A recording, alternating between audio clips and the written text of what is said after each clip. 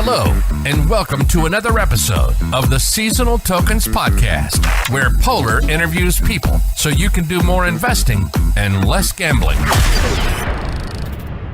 Hello everyone, it is Polar here, the CMO of Seasonal Tokens. Welcome on another episode of the Seasonal Tokens podcast. Today we have another special guest.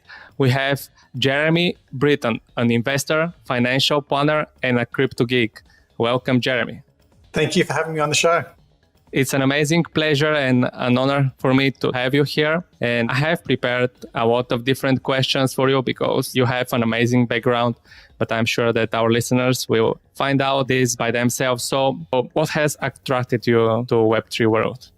Well, again, I've always sort of had a passion for financial planning, and out of my 13 odd startups, like 6 or 7 of them were financial planning businesses that I'd started, and I'd managed to sell off. And I tried to retire, but I got bored when I was retired, and I ended up writing a book about financial planning and how people could actually invest themselves, so they didn't have to need to go and pay a financial planner. How people could choose their own stocks. And when that book became a bestseller, and people wanted me to speak on stages, and people wanted me to travel around the world and give the message, and then people said, "Look, we've learned how to do it, but we don't have time to do it because we're too busy with our family or we're too busy with our work and our businesses." So then I got the pressure from other people to can you do it for us? So I started another financial planning business based on the principles in the book, which is basically educating people so they know how to do it themselves, but they just don't have the time, so they want someone to do it for them. And when I sold that business and spent some time meditating on the beaches in Bali and hanging out on the Sunshine Coast with Tibetan monks and that sort of stuff to balance out the left brain analytical sort of with the spiritual mind and the right mind, the creative side. And someone introduced me to cryptocurrency. It was a friend of mine who was a financial planner back in 2012. And he said, "Oh, you got to get into this. It's this new digital currency. It runs the internet and all this sort of stuff." And I think Bitcoin was about 60 cents or $1 at the time, And I looked at it and said, I don't get it. I don't understand it. To me, it was just like you play games and you get points, like in Pac-Man. I didn't really understand what it was about. He was absolutely passionate about it. He was selling everything and buying Bitcoin.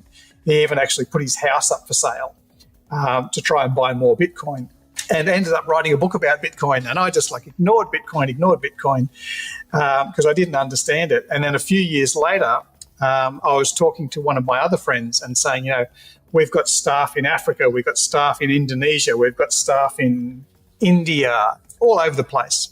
And some people to send money to a first world country might cost you $30 in a bank transfer. But in some of these developing economies where the people might not necessarily have a bank account, you have to send cash to the Western Union. They have to go there with their passport and they pick up the cash from the Western Union office. And it was costing like $60 or $70 to send $1,000 to Africa or Indonesia. And this is my other friend said, "Oh, you just use Bitcoin." And I'm like, "Yeah, I've heard of Bitcoin." He's like, "Yeah, it's just like emailing money to people and they can get it at the other side, and then they can meet someone on the street and someone on the street gives them money and they transfer the Bitcoin from their phone." And I went, "Okay, how much does this thing cost?" And he's like, "Oh, it costs you about 50 cents to transfer $1,000. And I was like, "Well, it's way cheaper than Western Union. It's way cheaper than PayPal and bank transfers and things like that." So we started buying Bitcoin so that we could pay our staff in other countries. And so this was, 2015, when Bitcoin was under $1,000. And we were just buying boatloads of Bitcoin so we could send off to people, and then saving up some so we've got some for next month that we can send out.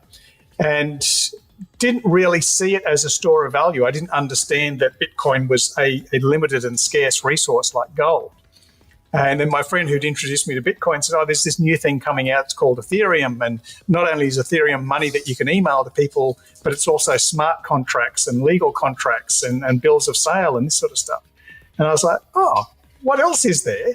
He's like, "Oh, there's this IOTA thing and there's this power ledger thing where you can send solar panels power to people." And I'm like, this is just like a little tiny stock market. I understand the stock market. That's where I cut my teeth. I've had years and years experience in the stock market.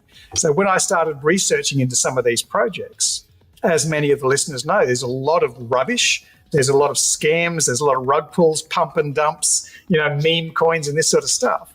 But by using a simple checklist of going through and researching each project as if it's a stock, we were able to pick the best ones. So in 7 years of my own personal trading and running the Boston Coin portfolio, we've never had a rug pull. We've never had a scam. We've never had any of these things in thousands and thousands of different trades. And by using the 4-point checklist, we've managed to get some coins when they were very cheap, when they were first released, before other people discovered them, how good they were. So we've made gains of 10,000%, 13,000% or more on like 6 separate occasions inside the portfolio because we actually do our homework. And it's a very simple process. As I say, it's a 4-step process. And we teach that to people. If you want to learn how to do it yourself, we'll teach you how to do it yourself. Otherwise, obviously, we've got a for-profit business and we can do it for you. Amazing. Really nice story. So this definitely relates to my next question because I know that you are co-founder of the crypto fund Boston Trading. So can you tell us more about it and what was actually the reason to start it? Because I discovered the crypto market and okay, this is a little stock market, I can actually put some money in there.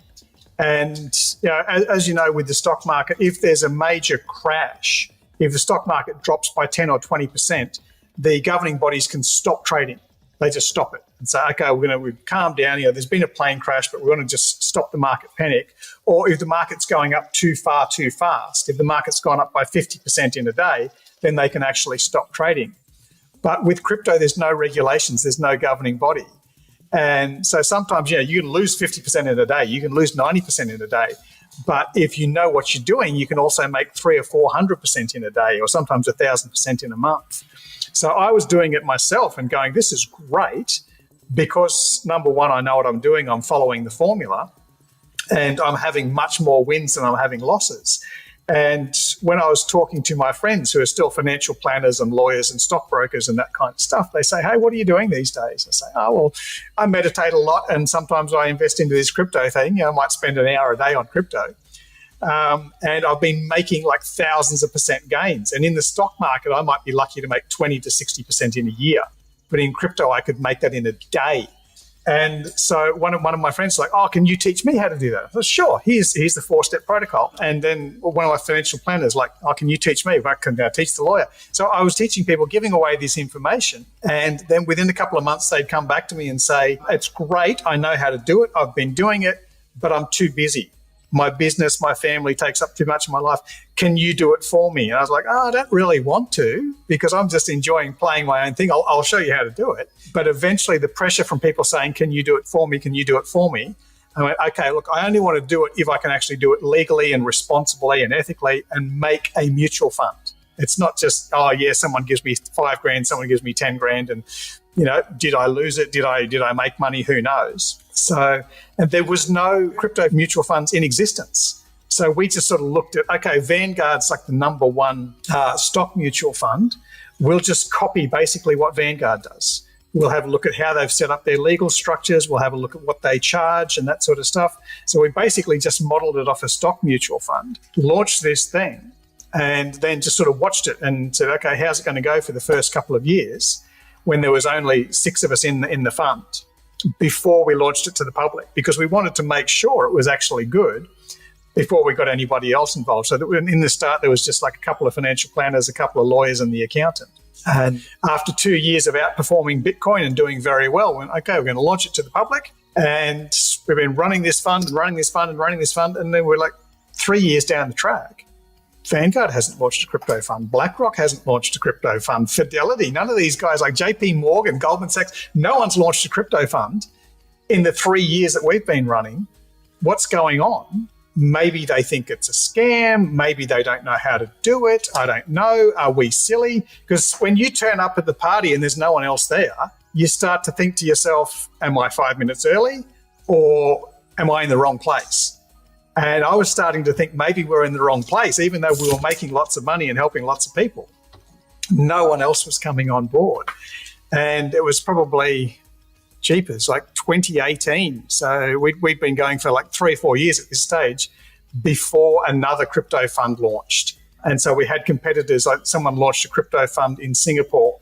And we go, beauty, now there's someone else. So we can actually compare ourselves to someone else rather than thinking we're great because we're the only one. Now we can actually look to the competition. And obviously, with different stock mutual funds, you can compare the Vanguards to the JP Morgan, Goldman Sachs, and that sort of stuff. So it's good for us if we have more and more competitors coming into the marketplace that actually encourages us to test ourselves against them and try and get a little bit better. Yeah.